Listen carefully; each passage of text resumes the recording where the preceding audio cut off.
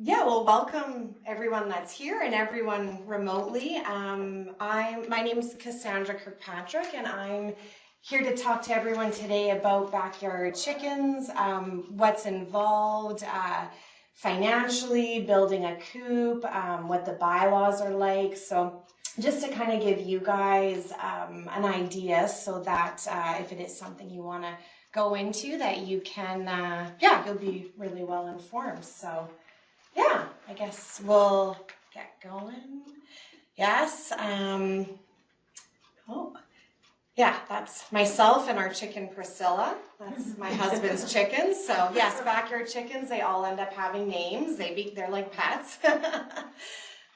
All right, so just a little bit about me so you guys have some background. So my first memory of ever seeing a chicken was when we raised baby chicks in ECS, which was such an awesome experience.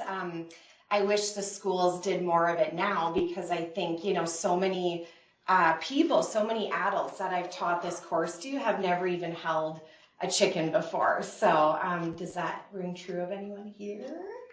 Yeah, absolutely. Yeah, and we have a live chicken here today too, so you'll get a chance if you want to hold her. So yeah, I grew up in Medicine Hat. I grew up in the city, didn't have really much farm experience.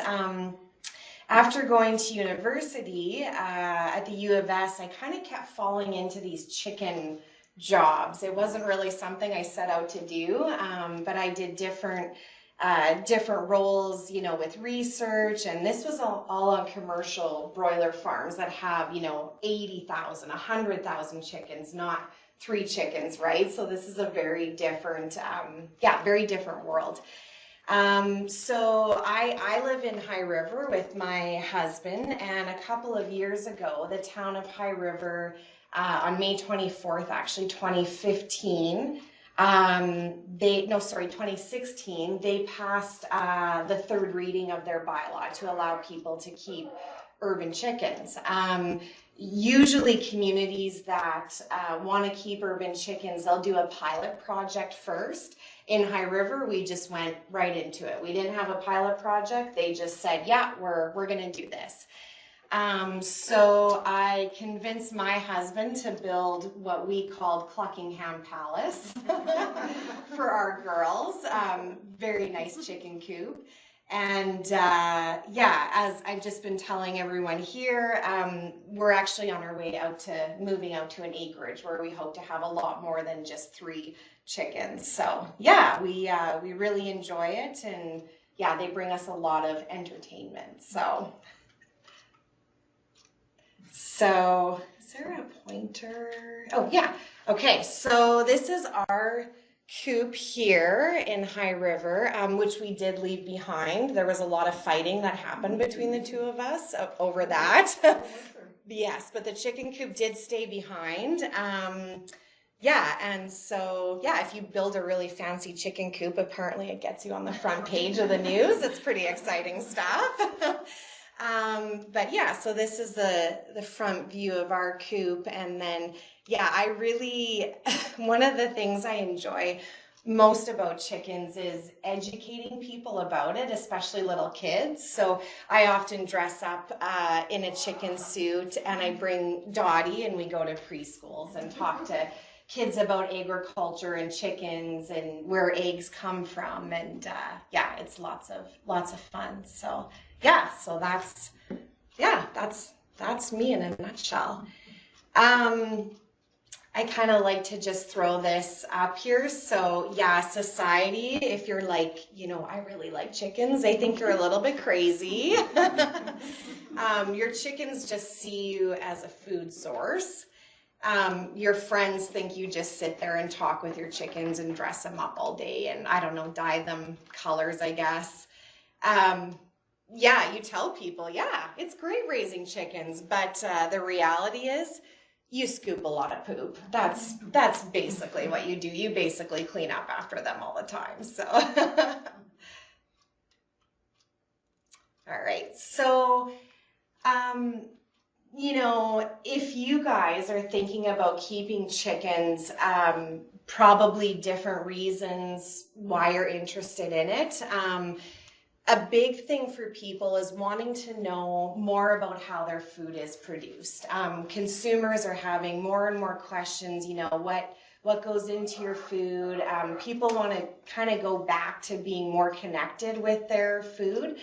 So a USDA study that came out a couple of years ago actually predicted a 400% increase in keeping backyard chickens over the next 5 years. So this is, I don't think that this is just a fad. I think this is something that we are going to continue to see more and more communities getting into. So in the States, New York, Seattle, in Canada, we've got Vancouver, even here in Alberta, we've got Okotoks, High River, Nanton's talking about it, Airdrie's doing a pilot project right now. Red Deer and Edmonton were some of the first communities to approve it. So yeah, we're seeing this more and more. It's such a great educational opportunity, especially if you have kids. Really great thing for kids to get involved with. They're small animals, they're easy to handle. It's just something neat for them to get involved with. The entertainment is priceless. I mean, they have so much personality. It's awesome, you know, watching them move about and all their antics. Of course, too, some people like them for getting compost for their garden, and to a certain extent, again, depending on your local bylaws, you know, they can be really good for pest control as well. So they're also really good at ripping up your garden, though. So, you know, depending on where you live, like so in High River where I'm from, the chickens do need to be contained to their coop at all times. So each community has different bylaws, but yeah, so in High River, for example, they're not free roaming all over our backyard. They do need to be contained to the coop. So is there do we want to do questions at the end or, okay, or whatever? Yeah, okay, so if anyone has questions, feel free to ask at any time. Okay, so wherever you're at, really important that you look into your local regulations and first of all, check if you're even allowed chickens. So for sure in Okotoks, you guys are allowed chickens here. I don't believe any of the other communities that are on this currently allow backyard chickens, but it might be something, you know, that they're talking about. If you are allowed chickens, you really need to familiarize yourself with the different bylaws. So every community has different rules that you need to follow. They're going to have a different process. So just on the screen here, you can see some of the bylaws that the community may include. So typically, I've never seen a community that allows backyard chickens that allows you to keep roosters. They're loud, they can be really mean. So no roosters, you're just allowed hens. You don't need a rooster for the hens to lay eggs. So yeah, so no roosters allowed. They're going to have a maximum number of hens that you're allowed to keep. So we were talking here beforehand, you know, in High River, we're allowed 3. Some communities allow up to 8. So you're really going to need to check how many they allow. Usually there is a age limit as well. So they want them to be at least, you know, in High River, I believe in Okotoks as well, they want them to be at least 16 weeks of age. That's just because chickens are really hard to sex until they get to be about 3 or 4 months old, unless you're a professional at it. So you don't want to end up with any roosters, right? So you're generally looking at birds that are going to be at least 4 months old and you're just having hens. As we were talking before too, if you have 3 or 4 hens, you might get 18 eggs a week. That's probably even a little bit high. I would say maybe 12 to 15, depending on the breed. So you may even still be buying eggs from the grocery store if you have 3 or 4 hens. We have 3 freeloaders where my husband is very angry every time he's buying eggs from the grocery store. So other bylaws that are quite typical, the eggs are for your use only. You can't butcher the birds in your backyard. Pretty typical stuff. With neighbors, some communities want you to get, or they like you to get letters of support from your neighbors. Some communities actually require your approval from your neighbors. Some have nothing in there at all about your neighbors. So it's just, again, something you want to check with your local bylaws just to make sure that you're well informed. Yeah, and like we said, usually they want the birds to stay inside the coop at all times.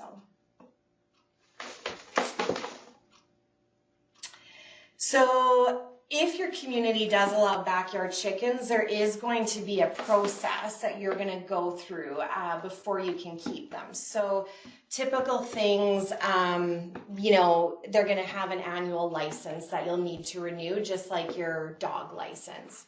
High River is $75. Vicki, were you saying? Someone said it was $75 here, but I don't know. Here as well. Okay. So again, that may not be a part of where you are. It's just something you might come across that you're going to have to be aware of. Most communities do require people to take a educational course of some kind, just, you know, an hour or 2 long, just to learn what's involved in keeping chickens. Again, letters of support from your neighbors. Interestingly enough, I've seen some communities that do require you to add the chickens onto your home insurance, like for liability. So, yeah, copies of the site plan, color photographs of your coop.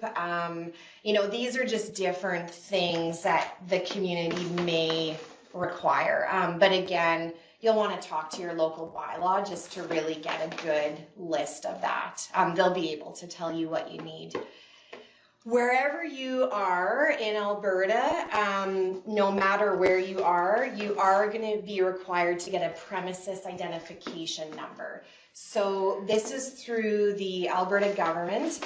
Whether you have 1 chicken or 100,000 chickens, you do need to get one. It's free, really easy to do. You go online to this website, fill in a little bit of information.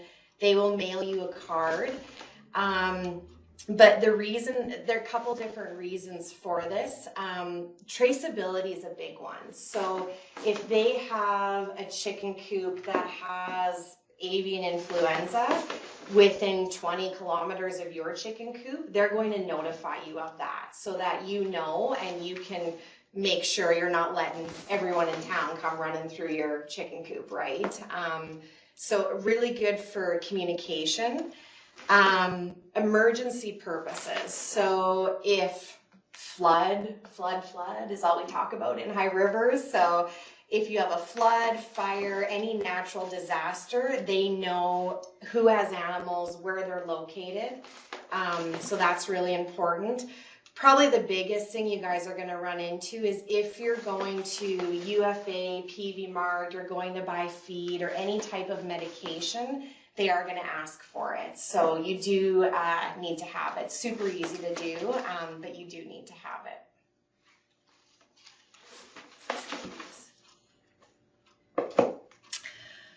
Okay, so time commitment wise, you know, what are you looking at for time to take care of these birds? So every day, probably about 15 minutes in the morning and evening, pretty easy. You know, fresh feed, water, opening the door to the coop, closing it at night, doing just kind of an overall health check of your birds, making sure everyone looks okay. Obviously collecting the eggs is the fun part. checking the weather. So if I know, it's going to be really cold that day, if it's going to be -30 that day, I might opt to just keep the birds inside their coop the whole day. I might not let them out into their run. Stuff like that. Kind of general cleaning, tidying up under the roofs. And lighting becomes really important in winter time, which we'll talk about a little bit later. But so it's not a big time commitment on a daily basis. When it gets to be a bigger time commitment is when you start talking on a monthly basis. But we'll get to that. So weekly, you want to take out your waters, give them a really good scrub down, make sure they're clean. They need to have fresh water. That's by far the most important nutrient that you can provide these birds is fresh, clean water. Of course, in winter time, we need to make sure it's not frozen. Checking their dust bath, we'll talk about that a little bit later, and then just kind of inspecting the coop, making sure you don't have any wires, anything hanging out that's going to poke someone, yourself included. I've hung up many shirts on wires in our coop, so and so for us, usually about once a month, we try to go in there and really give the coop a good clean. So we're removing all the litter, everything that's in there. Obviously in winter, you're kind of restricted how much you can do, but we really want to get in there and remove all of that out of there. Fortunately, here, at least in southern Alberta, we have pretty mild winters. So when it gets to -5 one day, we run out there and we do it. But it is a big task. Like, it does take us a couple hours, an hour and a half, 2 hours between the two of us to really get in there and remove everything out. In the winter time, you're going to have so much more bedding material, right? So if you're using straw, which I like to use in winter, it's a good insulator. You're going to have a lot of material in there. So yeah, it's a big chore. So that's once a month. 2 or 3 times a year, depending on the season, we go in there and do a really good deep clean. So we're taking a hose to it, pressure washer, washing it all out, letting it dry out, disinfecting it, making sure that it's really, really clean, scrubbing walls. We're doing that 2 or 3 times a year. That could be 5-6 hour chore. Again, just depending on how much help you can get for it. Veterinary care, this is kind of as needed. Fortunately, we really haven't had to do much for our birds. They're usually pretty healthy. But, it is something you can run into. They are animals. You can have injuries. You can have things happen. Finding a veterinarian that will treat a backyard chicken is very, very, very hard. So that's something, if you live in a community that allows backyard chickens, call the vet clinics in your area and see who will help you out if you run into a problem, because there's not many that do. Even if they treat large animals like livestock, they don't usually treat poultry. So definitely something. And I'll talk a little bit later too. There is a website through Alberta Farm Animal Care. I've done a bunch of work with them on urban chickens, and they do have a website of vet clinics around Alberta that will help people out with backyard chickens. So yes. Can we just maybe move Bonnie to this side? Absolutely. She's just right beside the microphone. Oh, absolutely. Which I'm sure they're enjoying listening to her because it's adorable. But yes. That's the other thing too. Actually, that brings up a good point. Even though the hens are typically not that loud, when they lay an egg and then the others get in on it, it can actually, it's surprising how loud it can be. They have their little egg song, they call it. Or at 5 o'clock in the morning in summertime when the sun is up and they think you should be out there giving them veggies and treats and scraps, they can be actually really loud. So we've many a times yelled out our bedroom window, hey, guys, quiet out there. Like, give us another hour in bed, you know? It's 5 a.m. Okay. Okay, so financial commitment. You know, what are you looking at to get into keeping back your chickens if you decide to do that? So your one-time costs are going to be the biggest costs that you have. So with your coop, you know, making up a large portion of that. So your chicken coop, I mean, not everyone needs to build a Cluckingham Palace. That's a little bit ridiculous. But I mean, it's basically whatever your imagination, you can run with it, right? I mean, if you're really handy and have some materials hanging around, different recycled materials, you could build one for free. Most people, about $1,500 is what it's going to cost them to build something that's going to work in the winter. So the little coops that you see in PV Mart, they're really cute little coops that you can move around your yard. They're great in spring and summer. They're not going to work in the -30 winters that we have. There's no insulation in them. They're just not, they're not going to work. So to really get a coop with insulation, proper, you know, siding, everything, about $1,500. It's about what it's going to cost you. Of course, you're going to buy your chickens, depending on age, breed, how rare they are. I mean, you can spend up to $1,500 on a chicken if you want. You know, most are $15, $20 is what they're going to cost you. Your supplies, so you're going to have your feeder, your waterer, a dust bath, some type of heat source likely. We're going to talk a little bit about that later. So yeah, a couple $100 to $500 might be on the high side, but yeah, so that's kind of what you're talking about up front. Annually, you know, depends on if your community requires you to have a license, you know, any vet costs you might have. Again, we've had very few, but, you know, that would be lumped in there. So that's going to be pretty variable. On a monthly basis, you know, this is really going to vary on the time of year. So in winter, of course, if you are heating your coop, you're going to have higher electrical bills. You're going to have more bedding in your coop. They're probably going to be eating more feed to stay warm. So these costs will all be higher in winter. You know, so you're probably $20, $30 a month on average is what I would say between, you know, your feed, your bedding, any miscellaneous kind of items. Yeah, so what I'm getting to is that these are probably the most expensive eggs you will ever buy.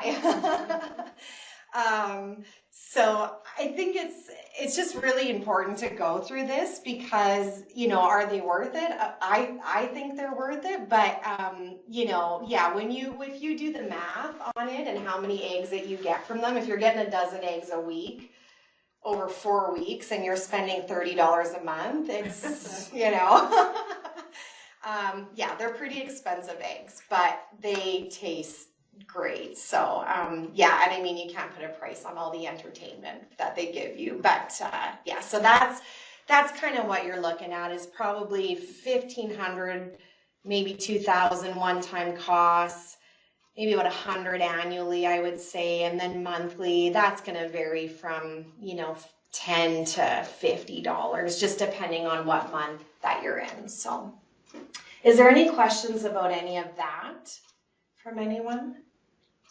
No? Okay. There's just one question in regards to the heat.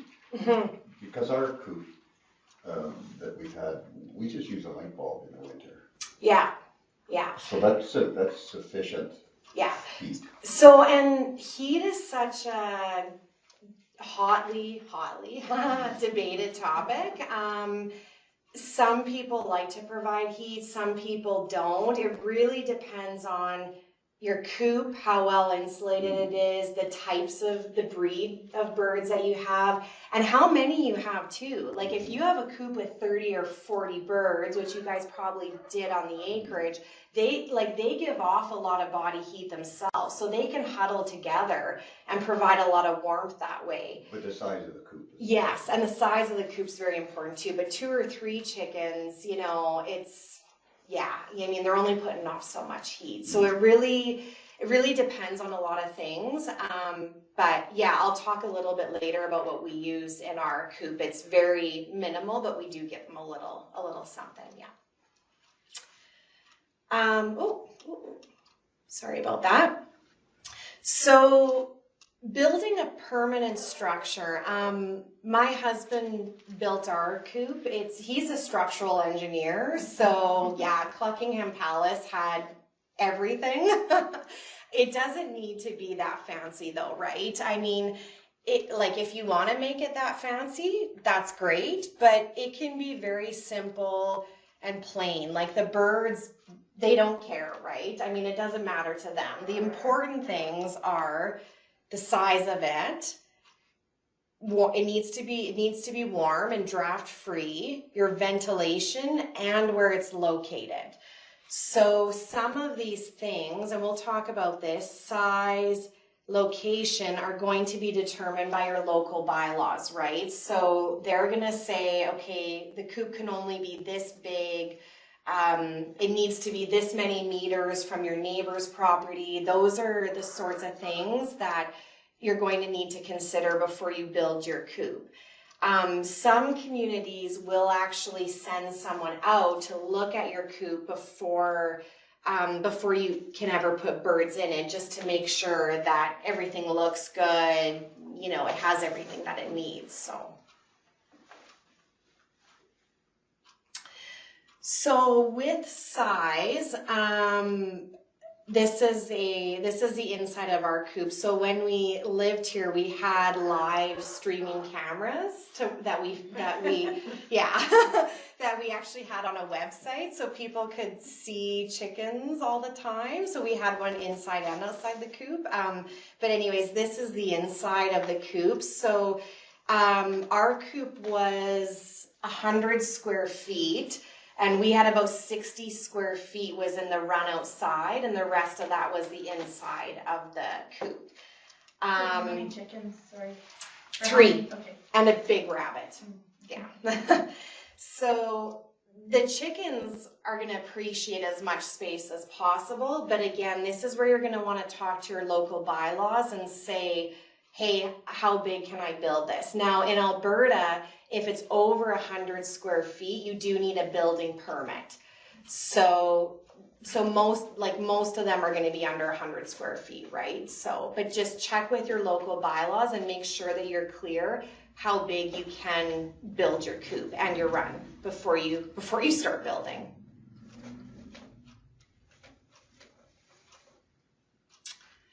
So really important that the birds in the winter months have a warm shelter. Now, chickens are actually surprisingly really cold hardy. Our girls go out when it's minus 30 and no problems. When it starts to get much colder than that, I tend to keep them inside. Again, depends on the wind, which direction the wind is blowing, but they are quite cold hardy, but they do need a warm area to go into. So that's what I was talking about. These pre-assembled coops here that you can pick up from PV Mart, they're not going to work in the winter months. You really need a permanent structure. Everyone always asks, well, how warm do I keep my coop? And it's so variable. It depends on the breed. It depends on, how well insulated your coop is. We don't even keep our coop this warm in winter. We have just a little flat panel zero clearance radiant heater is what we use in our coop. It basically just takes the chill off. So I would say in there, it's keeping it, if it's minus 30 outside, it'll be, minus 20, minus 15 inside. Like it's just kind of keeping it a little bit warmer. Now, and of course, it was really well insulated. We had good ventilation, which we'll talk about. But yeah, it doesn't need to be really, really warm. Like you don't want to be going into your chicken coop and it's plus 20 and then you're kicking them outside and it's minus 30, right? You're going to have sick birds. So you do need to acclimatize them somewhat to these colder temperatures, and most of them do really, really good. And of course, it has to be draft free. Yes, that's really important. Yeah, and that's a good point. Something we do on our coop, so we put, so this is facing east. This is the cameras here. This is west. So this is all along the south end, and this is the north here. We have a tarp that we put about here. Of course, we need to leave the door accessible. We have a tarp that we put along here, there, and all along the south side in the winter to keep all the blowing snow and that out of there.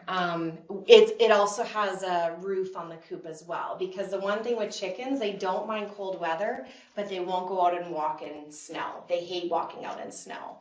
So, yeah, so it kind of creates its own little micro climate within the outdoor run. So we keep that up through all the cold months. We have a tarp that just, we just hook it on there, right? So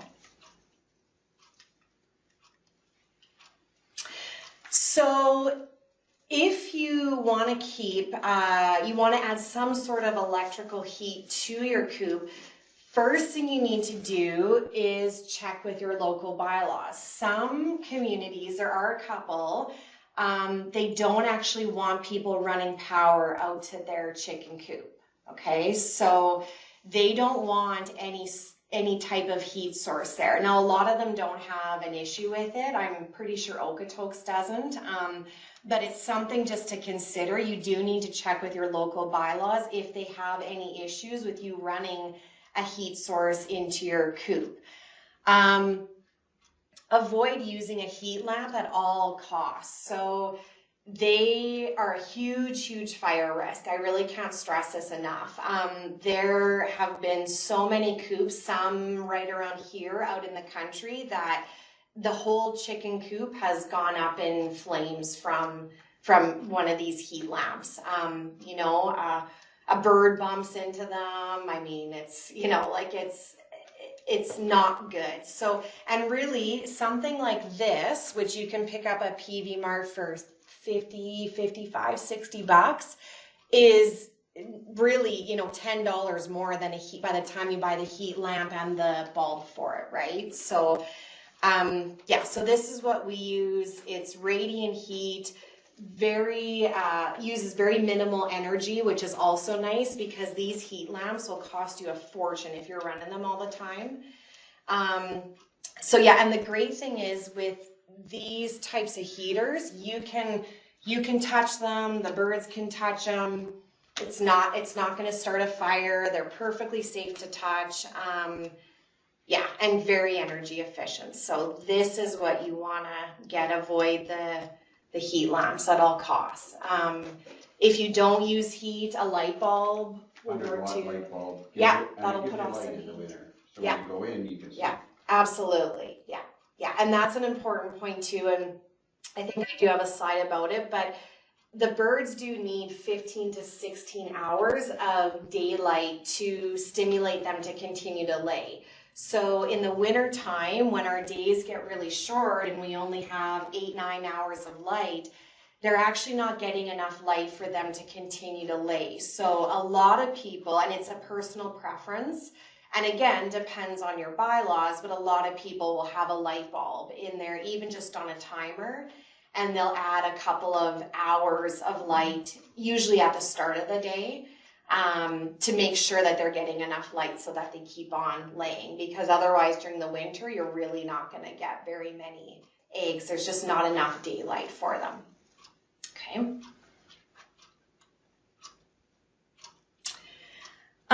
Ventilation is really, really important. So the temptation is, of course, when it's minus 30, we got to close everything up and keep all that heat in there. You need to have ventilation moving that air in there. Birds can get frostbite even if it's a mild temperature in there, just from the moisture being too high, because it's not escaping out of that coop properly.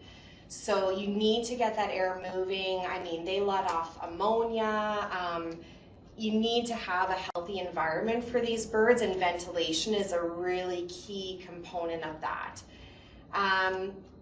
Generally, you want vents high on the walls. That's where the most moist air is going to leave.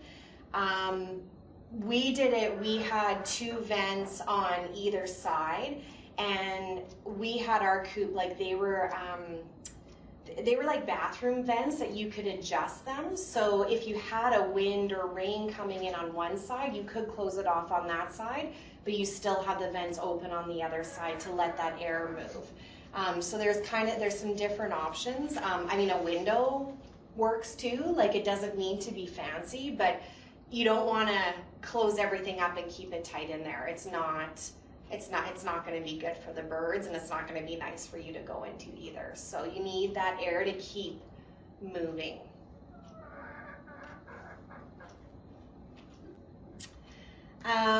Again, water is really, really important. So a couple different options that you can use. I mean, if you want to go out there when it's minus 30 and replace their water every hour, I guess you could. But you can pick up, this is actually my favorite. I like these the heated dog bowls that you buy at the pet store, any farm supply store. They're not very expensive, yeah, $40. These work great. They work awesome. We've never had an issue with water freezing in them.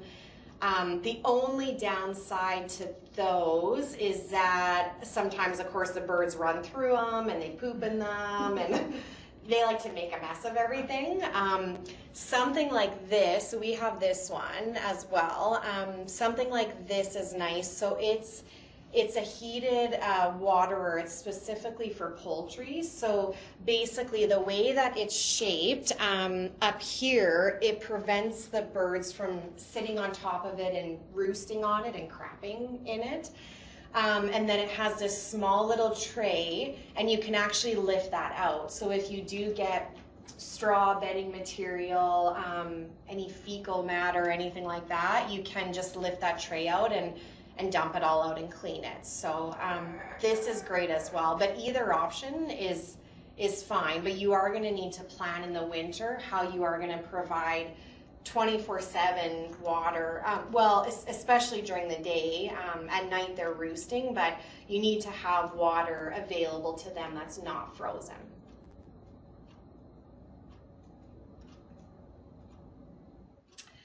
Nest boxes. So again, this is something you will want to check with your local bylaws. They usually stipulate in there how many nest boxes they want you to have. So for example, in High River, they tell us we need to have 2. Well, for 3 hens, they all fight over the same one anyways. If you had 20 hens and 20 nest boxes, they would probably use 4 of them, and the other 16 would never get used. So you only, biologically, they only need 1 for every 3 to 4 hens. But again, check with your local bylaws and just make sure that you're clear on what they say, because they may stipulate how many you have to have. Obviously, that's where you're picking up your food from, so you want to keep them as clean as possible. We like to provide lots of extra straw in our nest boxes. We find the hens like to move it about and pick at it and kind of organize it however they see fit when they're laying an egg. So we like to give them lots of straw in our nest boxes. You want to put it in a quiet, darker, again, draft-free, of course, area. So you want to encourage those birds to be laying their eggs in the nest boxes and not on the floor where they're going to break and, you know, get pooped on. So you really want to encourage them to go in the nest boxes. They like a quiet, dark area. So something our coop had, which my husband laughed a lot about, but we put curtains up over our nest boxes. And of course they had cute little chickens on them and they were adorable and they matched the window curtains. But but yeah, you do want to, you know, make sure that you're trying to make it as quiet and dark of an area as possible for them. So Golf balls were good. yes, and golf balls were good. So putting a golf ball in there, I mean, they even make like little imitation eggs just so they get the idea that's where they're supposed to go. Of course, pick up your eggs daily. This might even be more if it's really, really cold out. They're going to freeze. If you have plus 30 temperatures, they're going to be cooking in there. So you're going to want to go out 2 or 3 times a day. Yeah, that's the fun part is picking up the eggs. So.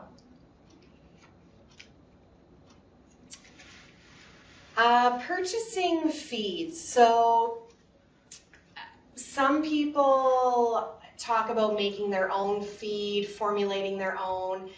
There's way too much that goes into it. For me personally, I go to any of these farm supply stores, pick up a bag of layer ration is what you're gonna want. Okay, so that is fed from about the time they're 20 weeks of age and older.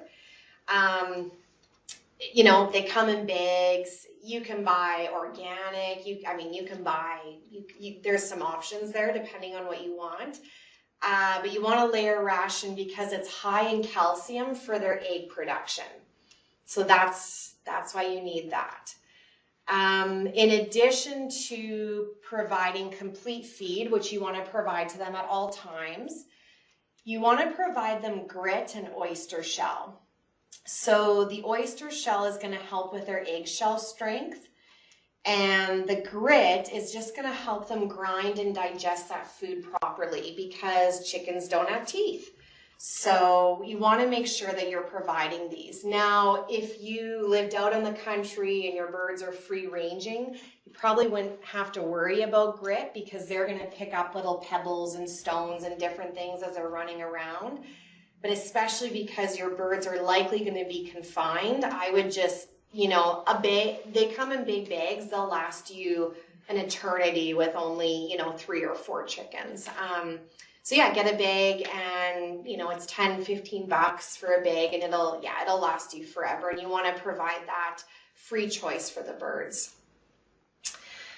Of course, take care to store the feed in a cool, dry place. Make sure it's, even take the bag, put it in a Rubbermaid, make sure you're not getting mice or attracting anything into it. And yeah, they will eat just about everything. People that have had chickens, I'm sure you guys threw them all sorts of scraps. So we've thrown ours spaghetti, what's left over from the Easter ham we throw in there, bone and all. The bone's picked clean by the end of the day. They eat everything and anything. They love any bugs. They're not vegetarians by choice anyways. They're happy to, even eat chicken. So, so whatever kitchen scraps you have, most of them are fine. There are 8 or 9 different things you have to watch out for. Just if they consume them in high enough quantities, it can be toxic to them. Probably a lot of them you're probably not going to feed your chickens chocolate anyways, so I hope. Or coffee, but mushrooms, avocado, there's a couple different things. So yeah, just watch, what you're giving them. But, 95% of things they can have and they're happy to eat. So, and it's pretty entertaining to watch them running around with spaghetti and all sorts of things as they fight over it. So. The one thing I would say though, because you can feed them, they love grass. But make sure you're not using a gas-powered lawnmower if you're going to feed grass. That's a good point. Yeah. Should I repeat? Yeah. So just a comment was made about watching, not to give them like clippings you're talking about from if you had a gas-powered lawnmower. The other comment is to be careful. I'm just thinking of this as we're talking now. Be careful not to give them any weeds or grass or anything that's been sprayed with pesticides. Okay, so you're going to want to watch that. And depending on where you are, if you are able to let them loose in your yard, pesticides, if you've sprayed anything, there are certain plants you have to watch for too. They are pretty good at avoiding stuff that they don't like and that's not good for them. But yeah, that's a good point. My favorite food, of course, is spiders. Oh yes, spiders, worms, crickets, yeah, anything like that. Yeah, you betcha. So we touched on this a little bit earlier, but lighting is really important to these birds. Birds are really, really sensitive to light. So when you go in these commercial barns, they're doing research in wavelengths, different spectrums of lights. It can get, it's just, yeah, it's really interesting stuff. But for most people, really the most important thing to know is that the birds do need about 15 hours of light a day to continue to stimulate their hormones so that they are laying an egg. Now, of course, in the spring, summer, it's wonderful. We have long days. It's not a problem. Our girls don't have lights right now.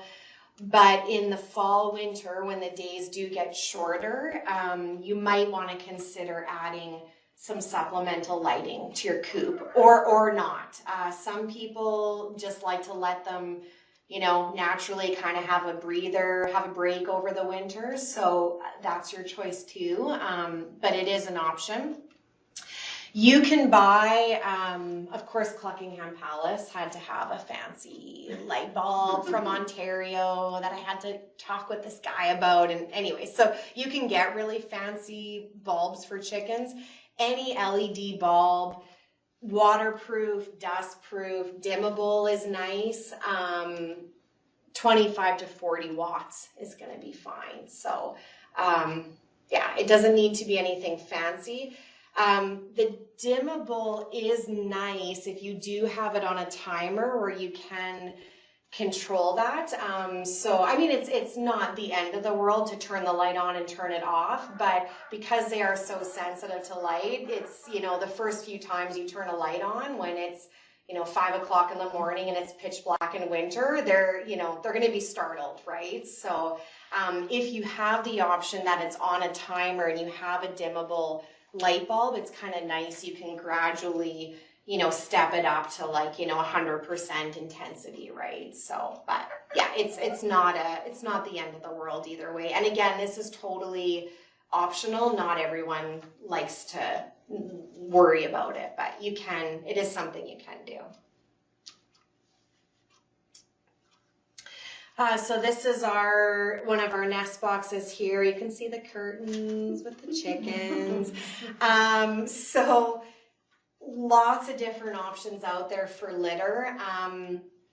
You can find tons of things on the internet, pros and cons of everything out there. We've used basically everything. Personally, I really like a combination of shavings and straw. I like to add a lot of straw in the winter. It's a good insulator. It helps keep the birds warm. So I like to use a lot of that in the winter, but the shavings are easy to clean. They smell nice, good for odor control. We've tried sand. A lot of people like sand. You know, it is nice and cool in the the summer for them to have it out in their run. They're going to enjoy rolling around in it. They'll have a great time with it. It has some antibacterial properties as well, but the only thing I didn't like about sand is it was really, really heavy.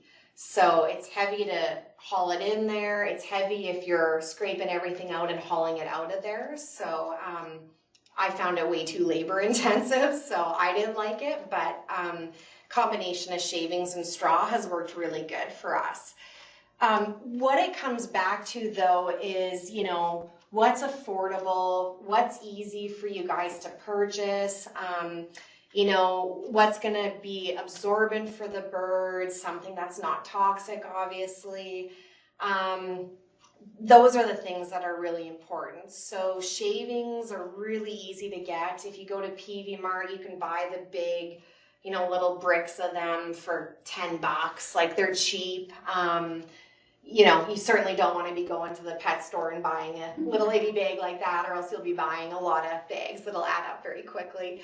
But any farm supply store, lots of farms around here that can, you know, get you set up with straw.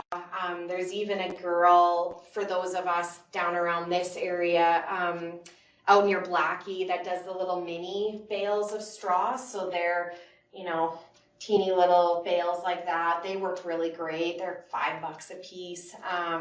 You know, so different options. In the summer, you don't need a lot of bedding material. An inch or two is going to be fine. In winter, though, we really like to give them a lot of extra bedding because it is just cold. You know, if you do have something like straw, it can provide some, you know, provide some warmth to those birds. Any questions about that?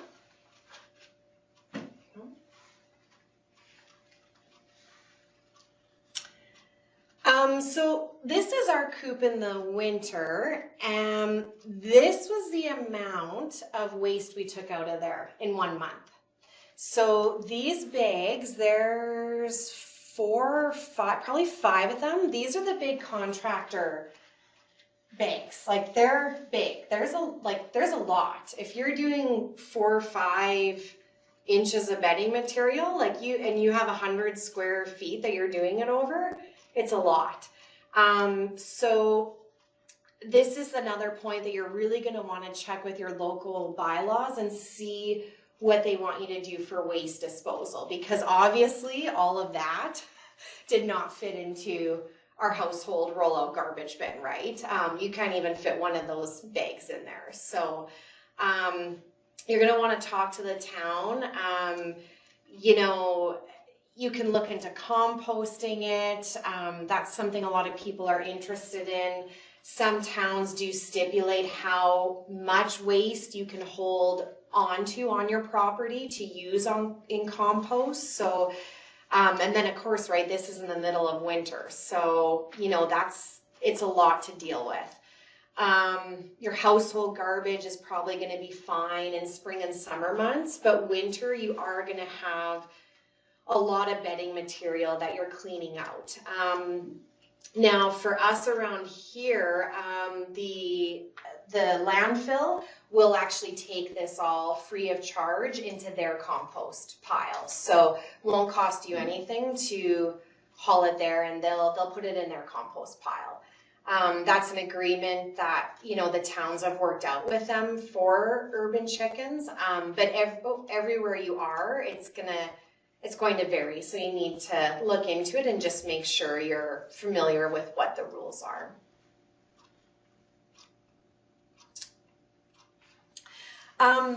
In my opinion, the warmer temperatures are actually a lot harder for the birds to deal with and adapt to than winter. So, you know, fortunately, depending on where you are, I mean, most of these places I think would be pretty okay with fairly mild, hopefully pretty mild summers. But depending on where you are, if you're getting weeks and weeks of plus 30, 35, those birds are going to be really, really warm. So the best thing you can do is provide them with cool water at all times. So going out there, checking it, making sure the water is still cool. Watching your birds, making sure that they're, still laying eggs, they're not panting. You'll know if they're warm. They'll lay there and they'll have their wings spread, trying to get some airflow through there. Like they'll be panting. You'll be able to tell. They'll look hot. Adding additional shades. So we have, just like a burlap cloth that we put on the south end of our coop, just to give them some extra shade. Something to consider when you're building your coop. Where are you putting it in your yard? Do you have a nice shaded area, even next to, or not right on top of a fence, but near something that's going to give it some shade is ideal. If you have windows in your coop, keeping them open, good airflow. You could even look at adding a fan or something. Misters, we've tried misters before. They work really well. The only thing is, if they're not set properly, you can end up with a lot of water in your coop. So you can have just a wet mess everywhere. Something else we do too is we buy like the black little feed, like the little rubbery kind of feed containers from UFA. What am I, tubs? Yeah, the little tubs, little feed tubs, yeah. And we'll just fill it with, cool water from the hose and put that in there for them, maybe a couple inches high, and they walk through there and they drink out of it, and, so. A really good trick is in the run, have some way for them to get up off the ground and make sure that it's in shade. So if they're in shade, they're off the ground, the air will circulate around them better, and they'll cool much better. Yes. So for those of you tuning in remotely, having, like a ladder is what we use. A ladder is great. We've also used like just little tree stumps. The ladder is great. Not only do they love going up on it, but they can sit up there and really get good airflow. Yeah, that's a really good point. Yeah. So something that comes up often with urban chickens, a concern that people have is, well, what about predators? Are we gonna have a problem with coyotes coming into the middle of town? In my experience, we've never had an issue, ever, But the well-built coop is gonna be your best defense. So you can talk about lighting and different things to keep them away, but having a really well-built coop and run, that's your first and best line of defense. So chicken wire is an awful misleading name because it's not going to keep out a really determined predator. It's flimsy, things can get through it, it's not going to work well. What I recommend is using galvanized steel mesh. Okay, so on your run, having it on both sides, the top, and either digging it down 6 or 10 inches along all the sides or putting it all over the whole bottom of your run. That's going to prevent anything from digging under and up into your coop. For most people in town, I really don't think you're going to, now when you get into the country, that's a whole other, game. But in town, having it properly fenced in, keeping your birds inside your coop and run, you're not going to be attracting different sorts of predators. So that's really your best defense. I think if people follow this, you're not going to have a problem. Biggest problems we've had a few stray cats around the neighborhood that like to, they like to go on everyone's yards. They kind of check them out when they first came. Really, again, it's fully enclosed. They're not getting in there. I know that. So And for the size of birds that people are keeping, we're keeping adult birds in town. We don't have little baby chicks. If you had little baby chicks running around your backyard, that might be a different story. For most people, not going to be an issue. Really, the most challenging thing we've had is our dogs. We have 4 dogs, and we still have one 2 years later that loves to run at our coop, and the chickens just kind of look at him like, okay, whatever, dude, like it's whatever, right? But yeah, watch your dogs. Depending on your dogs and their prey drive, it might take them a little bit getting used to.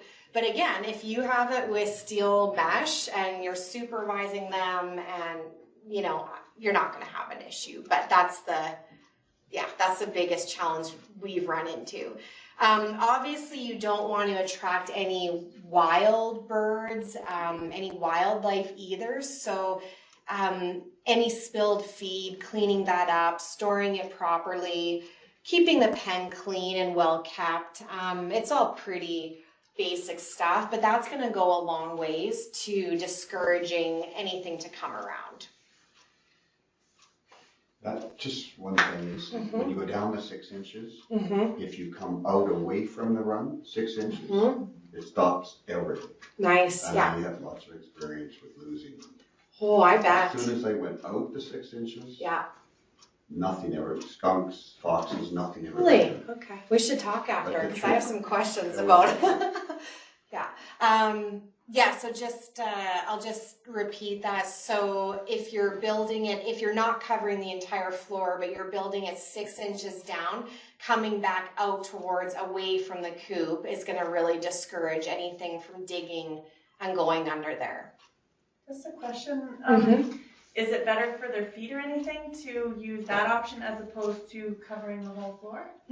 That's a good comment. So what we did was we let our girls in and gave them, I don't even know if it took a week, probably 4 or 5 days, and they turned all the grass and the weeds that were growing there into basically dirt.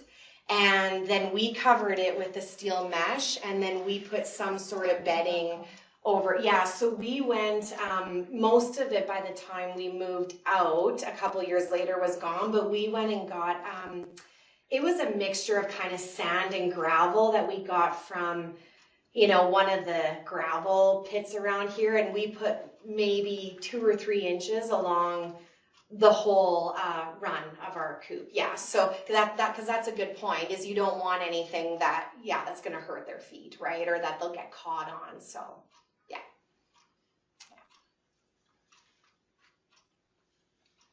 So these are silkies. We have a silkie with us here today. Unfortunately, you guys remotely won't get to meet her, but that's what we have with us here today. That was squawking away earlier.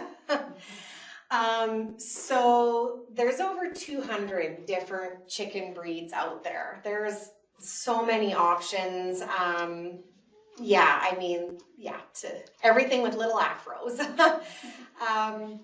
Most breeds are pretty cold hardy, as I said, but you want to look for breeds that are going to do well in our climate, especially if you're not providing any heat. You want to make sure that these birds are well situated to live here. So any birds that they generally have a larger body mass. Smaller breeds or bantam breeds can have a harder time in our winters.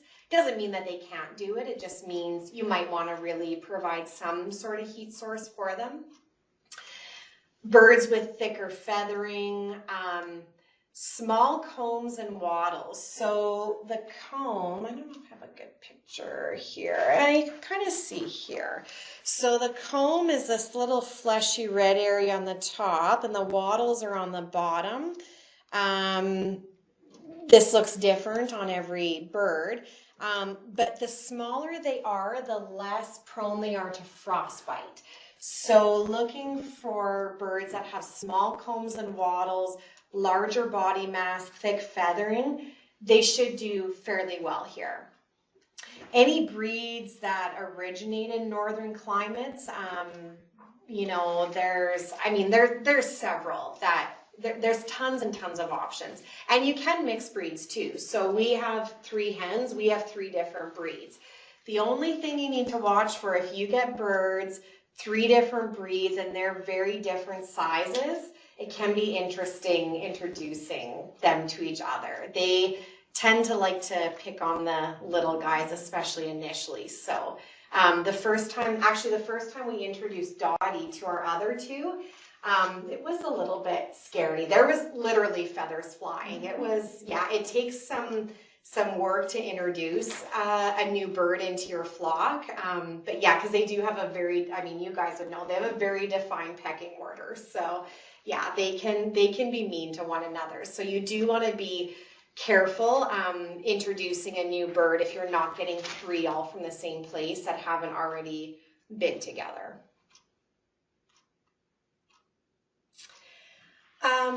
Handling your hens. So I think this is a really important skill to have. You want to make sure that you're looking over the birds and that everything looks good on them. They don't have injuries. They don't, there's no parasites. You want to make sure everything's normal. So some breeds are more friendly than others. Silkies are notoriously really friendly, really nice breeds. They're very sweet. They're easy to handle, great for kids. So it just depends on the breed of the bird is a part of it, but also how much time you spend with them, how much they've been handled since they were little. So the key thing is, if you are picking up a bird, and maybe we can even show people here at the end, how to do that. But the big thing is you want to hold their wings, both of their wings at their sides, so they're not flapping, you're not freaking out. This is the key to keeping them calm. They're going to feel far more secure, and you'll feel a lot more confident too when you don't have wings flapping in your face. Talking quietly and calmly to them. They think with their stomachs, these guys. So treats, when I come out there and I'm shaking, mealworms, dried mealworms or whatever, they're all over me. So we're best friends. Or spaghetti or whatever you're giving them.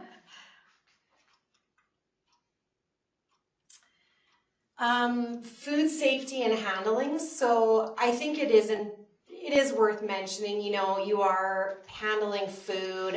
You're not selling the eggs to anyone, but you're keeping them for yourself, your family.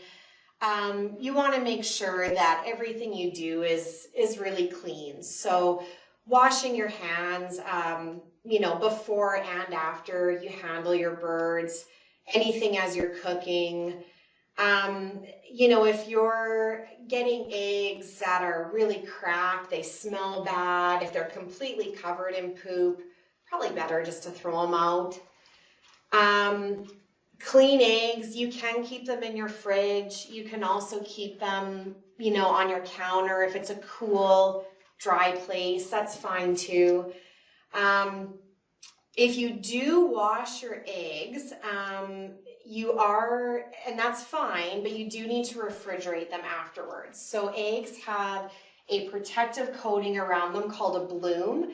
When you wash them, so that's keeping bacteria out. When you wash them, you're getting, like, that bloom is, you're essentially washing it off, right? So that's leaving a lot of openings for bacteria to come in. So you don't have to wash your eggs, but if you do, you want to make sure that they're refrigerated.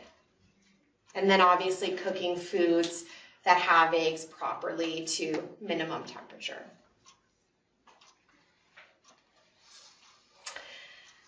Diseases, fortunately, the birds are usually pretty healthy. We've had very few problems. But like anything, it's cheaper to prevent it and then wait until you have a problem and you're scrambling to find a vet that'll even talk to you and help you. So keeping a closed flock, if you are bringing in a new bird, where are you getting that bird from? Quarantining them even before you let them into your coop, making sure that they're not coughing, that they appear healthy, you're not seeing anything weird going on, no eye, nasal discharge, nothing like that. We have dedicated footwear for our coops, so I have, a set of shoes. I only wear them in our coop. I don't take them and with all their chicken poop all over them and run all over to UFA and my friends' chicken coops, and I don't need to be passing anything on to them, right? So obviously washing your hands, but it's easy to forget, or hand sanitizer is great too. Cleaning and disinfecting your coop, all the equipment you use, that's 2 or 3 times a year. You really want to give it a good cleaning. And this is where you want to be careful with your feed, how you're storing it, making sure you don't have wild birds getting into it. They can transmit things to your chickens. Yes. What kind of disinfectant is safe to use? That's a really good question. So lots of different things out there. What I really like is Virkon. So you can buy that at PV Mart, any farm supply store. They use it in vet clinics, shelters, even the big poultry barns. It will basically kill anything and everything. Yeah, that's what I recommend to people. Yeah.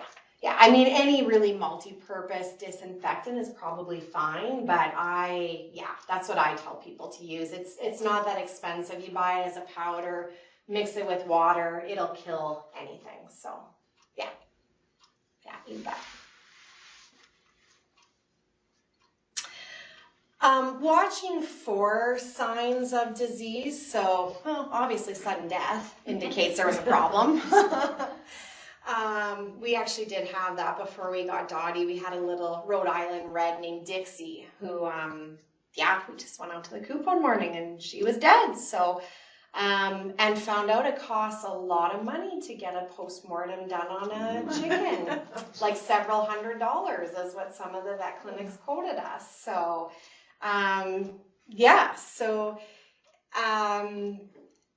I guess it is worth mentioning there is a couple of different labs in Alberta that will do free postmortems on chickens. They're more set up for commercial farms, but if you meet their criteria, they will do a postmortem on your bird. They're checking for things like, any serious diseases like avian influenza. I did call them. There is a lab in Airdrie. I did call them and they were like, yeah, for one chicken, we're not gonna, if you had 30 chickens and they all died the next day, they would look at those. But for most people with small flocks, there's not really a lot you can do if you're trying to find out what happened, and it might not always be obvious. But kind of common symptoms of disease, if they're not laying, if you're going to get used to seeing a lot of chicken poop. You'll know if you have a problem. Any coughing, gasping, sneezing. There's so many different things that they could get, and many of them have 2 or 3 of the same symptoms. So this is, again, really what I would say is your best bet, is to find a local veterinarian that's not too far from you that would help you out, even if it's just to euthanize a bird for you. If you have a really, really sick bird and they are not getting better, and there's, this is a welfare issue, you need someone to help you, right? So some of what I've seen online, like throwing a bird in a freezer to die, is not, it's awful. Some of what I've read online is it's not good. It's not humane. It's not good. So again, that's where you want to really get a good relationship with a local vet who can help you out if you need help. But if you have a bird with leaking from the eyes and the nasal, it should be put down immediately. It can make some big problems. Should be put in a plastic bag immediately, and it should be disposed of immediately.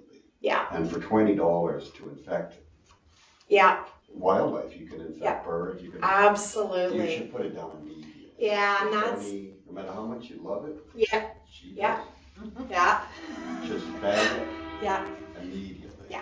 Yeah, absolutely. And that's so yeah, just the comment was made about, they need to have a good quality of life, right? If you're seeing some of these problems, I wouldn't be leaving it for months and months and months and hoping that the bird's gonna get better, right? And the thing is with chickens, they oftentimes don't show anything and then they can fall over dead. Like you may not see anything going on, right? So yeah, by the time you're probably seeing a lot of these, that's a red flag. Like that's a problem, right? So, well, obviously that's a big problem, but if you're seeing some of these, there's something going on there. So, and again, it's a very personal option of how much treatment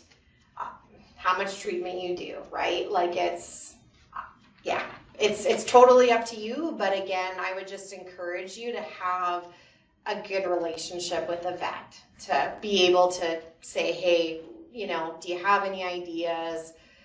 Again, even if it's just helping you with euthanizing the bird, because that's not something you want to tackle. Please don't tackle what you see online. It's awful. Speaking of that, it's always a fun topic, but I do think it is important to talk about end-of-life plans. So something to consider before you get into backyard chickens, these birds in a backyard setting can live 8 to 10 years old. Yeah, so they can be a long commitment. Now, they'll start laying around 6 months of age. Egg production, you might get 4 or 5 a week. The really fancy birds like Dottie, if I get 1 egg a week, it's a good week. So it's a good thing she's cute, because that's about all she has going for her. But they'll peak around a year or 2 in their egg production, and around 3 or 4 years, you're going to see them start to decline in production as they get older. Now, it's not to say when they're 8 or 10 years old that they're not going to lay any eggs for you, but it certainly is not going to be what it was when they were 6 months of age. So, what do you do with them? If you're in town and you have 3 chickens and you got them all when they're a year old and now they're 5 years old and you have no eggs, they can be your pets and live out their life in your yard, but it just, again, it's just something to consider. They might also be retired to the farm, sort of thing, right? So there's some different options. Again, you might need to be talking with your vet here depending on what you're thinking, but it is something to consider for sure. I just wanted to touch on this briefly. So a couple of years ago, I worked with Alberta Farm Animal Care. They are a livestock welfare organization. They're based out of High River. They've been in Alberta for like 20 years. So they have a whole suite online of resources for backyard chicken owners. So we created, we've got videos on there. You can see Cluckingham Palace if you want. We've got a whole manual. It's very easy to read, really, really nice. We've got a coop checklist. We also have a list on there of veterinarians in Alberta who will treat backyard chickens. So this is really handy as well. Yeah, so they're in High River. If you have any questions, you can always follow up with us there, but this is the website. We've got tons of information on there for you guys. So that's it. Any questions? Where do you buy your chickens? Oh, that's a really good question. So, it's kind of like buying a dog or a cat. You can have everything from breeders that breed a couple of different breeds, and they have closed flock, high biosecurity in place. So they'll have websites you can look up, even if you just Google, if you're interested in a certain breed, you can just even Google, Rhode Island, well, that's a pretty common breed, but any breeders in Alberta, you know, you can look at different shows and markets. So in Fort Macleod, every spring they do a homestead show and market. They've got, you know, 20, 30 different breeders in the area that come down. You can, you know, they've got chicks, they've got, you know, hens that are 6, 8 months old. So you can go there and look at them all, which is kind of nice. Yeah, I mean, you can go online. There's a group called Alberta Chickens, etc. They're a really good group to follow on Facebook. So they have people that post when they have birds for sale. Millerville Market, I think, has got a couple of people in there. Where's in that? The summer, Millerville Market. Oh, Millerville Market. Yeah, that's a good one too. Yeah. The only really thing you need to be aware of is if you're buying the birds from somewhere like an auction or a show or a market where you have all these different people that are bringing all their birds there together, they are at a higher risk of potentially getting a disease, right? Because you've got a whole bunch of, I mean, it's like all the dogs going to the off-leash park together. Who knows what anyone's got there, right? So just something to be aware of. Yeah, for sure. Yeah, I mean, of course, if you lived out on a farm, then you have more options. You can order chicks or eggs or that sort of thing. But yeah, if you want an adult bird, your best bet would be to go right to the source. I think the Hutterites give you the bird after it's 2 years old because it'll lay only one egg every 2 or 3 days. So they just give them away. Yeah, so that's something else too. 6,000 of them. Yeah, how many do you want? They only have the one breed though. Yeah, that's the thing. So if you are getting them from, any type of commercial, you know, sort of farm, I mean, they're going to have your really standard white chicken, right? It's probably some cross with a Cornish type of hen, that sort of thing. If you want to get into some of the fancier breeds, you're going to be looking at a breeder of some sort. So, yeah.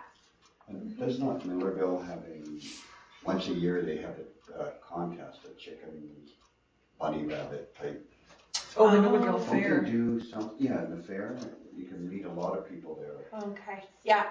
Not Yeah, a lot of people out to that fair anymore though. Oh, is that right? Yeah, last time I went there was hardly any birds there. Okay. Hmm. Yeah, so it kind of just depends, but online is a great place to start, whether you're looking at websites or you have a certain breed in mind. I mean, There was a woman just 5 minutes from here that we've got quite a few Izzy Browns from over the years. And but I think Izzy Brown's the only chicken I have. yeah, they're great layers. Yeah. All brown chicken. Yeah. Outstanding bird. Yeah. Did we have a question? Anybody in our remote audience have a question for Cassandra? No. She's pretty thorough. Well, it's a lot of information to take in. Like there's a lot. So just you know, I mean, really the first thing is talking to your community, talking to you know, finding out what the bylaws are, seeing if it's something you do want to get into. But yeah, there's a lot to take in. The only thing that really surprised me my background's in poultry, so I'm like, there's nothing that's going to surprise me. I was surprised how much like bedding material and waste we do get, especially in wintertime. Like that kind of surprised me when we were, you know, and truthfully, like even in the town of High River, I think it kind of surprised them there too, right? Like when I contacted the town, they're like, oh, that would be great for compost. And then when I sent them the picture, they're like, oh, that's, you know, it's a lot, right? So, you know, I think again, wherever you're located, making sure that they have hopefully have something good in place for you to dispose of all of this, whether that's compost in your own yard or, you know, whatever that looks like. So, yeah. The only thing I would say, the last thing I would like to talk, if you ever get a sick bird, never put another bird in there until you use a shop vac and vacuum every single thing out of that run, and you properly disinfect that. Yes. Yeah. Never put another bird in there. Yeah, and that's a really good point. If either you get a sick bird, like if you buy one from someone, I mean, that's again the importance of quarantining them. Don't throw them in with the rest of your chickens until you can see like they're not coughing, they're not sneezing. I mean, really, a lot of the literature says at least 30 days they should be quarantined. I mean, backyard chicken coop, that's a little bit harder to do. Yeah, you really want, and that's where again, I would say it's better to go to a breeder because you know that you're hopefully, like if you're contacting a breeder, like there's a gal that I've got a few birds from, and you don't go on her property, period. Like she has very high biosecurity, right? Because this is her livelihood, is her birds. So she doesn't want, Cassandra with Cluckingham Palace and 3 chickens bringing whatever my chickens have to her flock, right? So, getting a good source of your birds is important. Yeah. But it's hard to resist when you go to the Fort Macleod Homestead show and they're all standing out there. It seems just right. You would need to take someone home, so, yeah. But it is very easy to hatch eggs with on eBay you can buy those heating units. The incubators. Yeah. And we have hatched to have eggs. your little baby that you did yourself, and you can buy the eggs, the fertile eggs everywhere. Yeah, you can. Yeah, we've actually, much to my husband's dismay, I ordered a whole bunch of hatching eggs and hatched chicks and ducklings in our house. So, but I don't recommend that to anyone. They went back to my friend's house that has an acreage outside of town. It was all her duck eggs. So she brought them to me and said, well, you could try eating them or you could hatch them. Well, naturally you're going to hatch them because ducklings are the cutest thing ever, but messy, but very messy. Yeah, so. Yeah, lots of different options if you live outside of town. But again, if you're in town, they're going to want adult birds, hens only, no roosters. So even if you live in a town like High River where we have a Peavey Mart and they have cute little baby chicks running around, in April and May, don't get them because you're going to probably end up with a rooster, probably end up with 3 roosters, right? So it'll be Murphy's Law. So yeah, better to get them older and you know what you're getting. So. So are there a lot of other diseases with these fancy birds, or that's the same thing, chicken's a chicken? Yeah, the only thing, so the question was just about the fancy breeds, if there's more diseases. The only thing I have found with them is that, usually when you're getting into the really fancy birds, your egg production is not going to be there, right? So he was talking earlier about Isa Browns. They're great layers. I mean, 6, 7 eggs a week would probably be what you get. But I mean, they're fairly plain, right? They're a brown chicken, which is fine. Beautiful chicken. They are beautiful. They are beautiful. But when you start to get into different feather patterns and different things like that, that's what the bird's been genetically selected for, right? They don't care about egg production. They're selecting it for how that bird looks. So, so Dottie lived in our coop for like 2 months before she even laid an egg, right? And it's not even a nice big egg. It's tiny. So you need like 20 of them to make an omelet. So, that's the only thing with the fancy breeds, really. And some of them aren't as cold hardy as some of the other, like she's not bad, but she's not. And some of them will lay blue eggs, I've heard?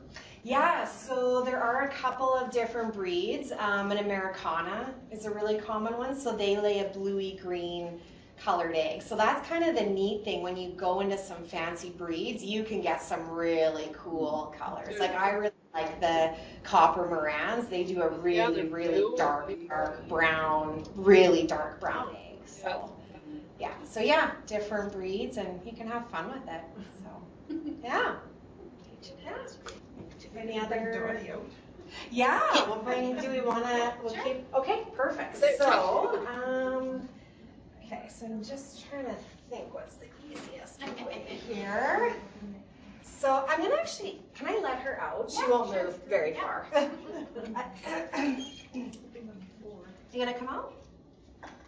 And I'll just show you guys how to, I mean, she's been handled a lot. Yes, I know. So she's pretty mellow. She's about as mellow as they come. There you go. So when they're out, can they, oh good, they can see there. So, yeah, so I mean, she's really quite tame. Like she's pretty mellow, but basically what you want to do when you go up to them is you're talking calmly, you're quiet, and you want to grab, I mean, she doesn't even move, but you want to grab them, show you guys here. So you're holding both of the wings down, right? Like, I mean, she's probably not going to flap because she's so chill, but yeah, I don't even know if I can get her to. How old is she? She would be about 2. Yeah. So yeah, that's the big thing is you really want to have their wings secure, right? And then how I like to hold them is I just kind of tuck them in on the side there, and then I have one hand here, and I mean she's about as calm as they come. They don't all let you pick them up quite that easy, but yeah, so she's pretty mellow. But yeah, the big thing is making sure that those wings are really secure so that she's not flapping around and freaking out, and then neither am I, right? So, and I think it is an important skill to have because, you want to check them over, right? Like look in the eyes, is the beak okay? I look at the feet, look at the feather cover, no injuries, no little buggies, yeah. Is she a bantam or is she full size? She's full size. Oh, is she? Yeah. She's maybe like 4 or 5 pounds, maybe. Yeah, and of course you can get them up to 10, 11 pounds. Like the other 2 we have, Priscilla and Audrey Henburn. So Audrey is a Cochin. They're also very, very nice, big fluff balls, tons of feathers. They do great in our climate. But I mean, she's 10, 11 pounds, I would guess. Like she's substantially bigger. So yeah, but she also lays nice big brown eggs. So usually 2 or 3 a week. So we at least get something out of her.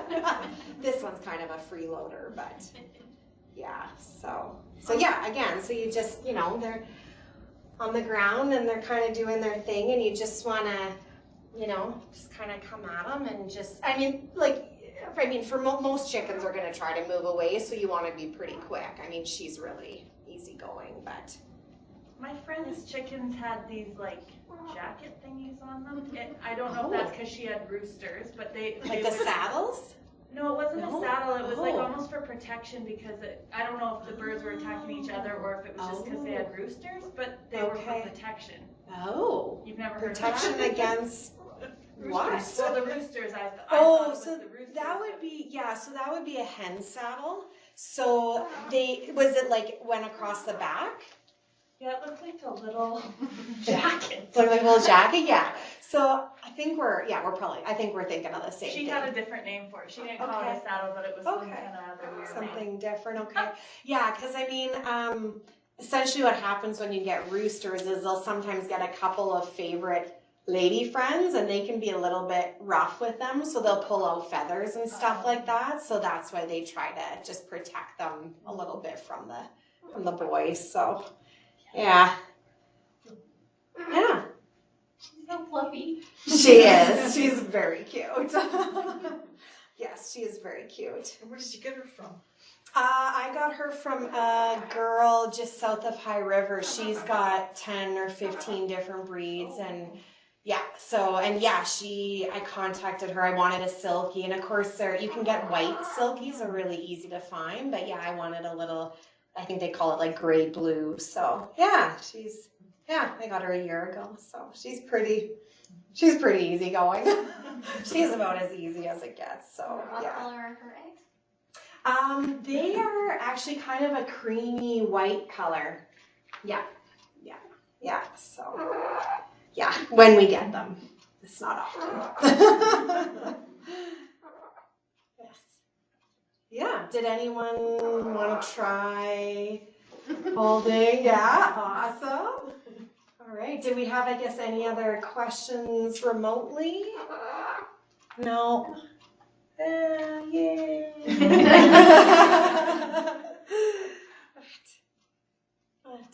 Okay. Yeah. Very good. Yeah, thank you. Awesome. Well, thank you.